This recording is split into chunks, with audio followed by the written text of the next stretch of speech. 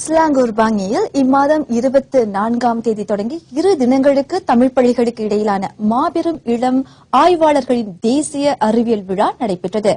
6வது ஆண்டாக தொடர்ந்து நடத்தப்பட்ட இவ்விழாவில் இம்முறை ஜொஹூர் லாடாங் லனட்ரான் தோட்ட தமிழ் பள்ளி முதல் பரிசை வென்றது.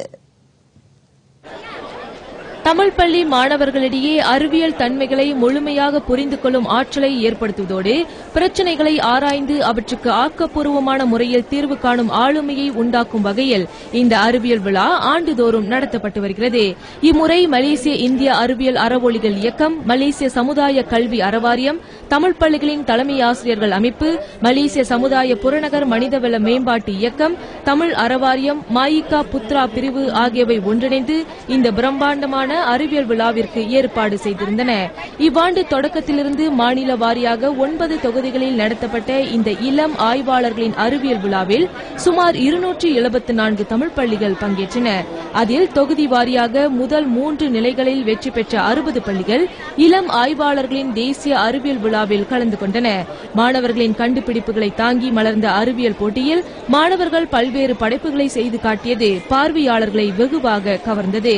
இப்போட்டியில் ஜொஹோர் லாடாங் லனட்ரான் தமிழ் பள்ளி மாணவர்கள் முதலிடத்தை வென்ற வேளை துன் அமினா தமிழ் பள்ளியும் பெர்மாஸ் ஜெயா தமிழ் பள்ளியும் முறையே 2ஆம் 3ஆம் இடத்தை வென்றன. முதல் முறையாக தேசிய அளவிலான இளம் ஆய்வாளர்களின் அறிவியல் விழாவில் வெற்றி வாகை சூடிய இளம் அறிவியலாளர்களை நாம் சந்தித்தபோது இந்த வெற்றி பெற்றதுல ரொம்ப மகிழ்ச்சி அடைகிற ஆசிரியர்களுக்கு உதவியவர்களுக்கு நான் நன்றி சொல்லிக்கிறேன். நாங்க வெற்றி பெற்றிருக்கோம். இதே மேலும் அதே மாதிரி வெற்றி பெறுவோம். சயின்ஸ் வழி நான் பல விஷயங்களை அறிஞ்சுக்கிட்டேன். ஒரு பூத்தா போகும்போது பல விஷயங்களை நான் தெரிஞ்சுக்கிட்டேன். இந்த வாய்ப்பு கொடுத்த சயின்ஸ் வகை நான் நன்றி தெரிவிச்சுக்கிறேன். நாங்க இவ்வளவு நாள் கஷ்டப்பட்டதுக்கு எங்களுக்கு பலன் கிடைச்சிச்சு. சயின்ஸ் ஃபேர் என்பது நாங்க ஒரு போட்டியா நினைச்சு கூட இல்ல, ஒரு விழாவா தான் நினைச்சிருக்கோம். அதுவும் இல்லாம சயின்ஸ் ஃபேர்னால எங்களுக்கு நிறைய விஷயங்கள் தெரிய வந்துச்சு.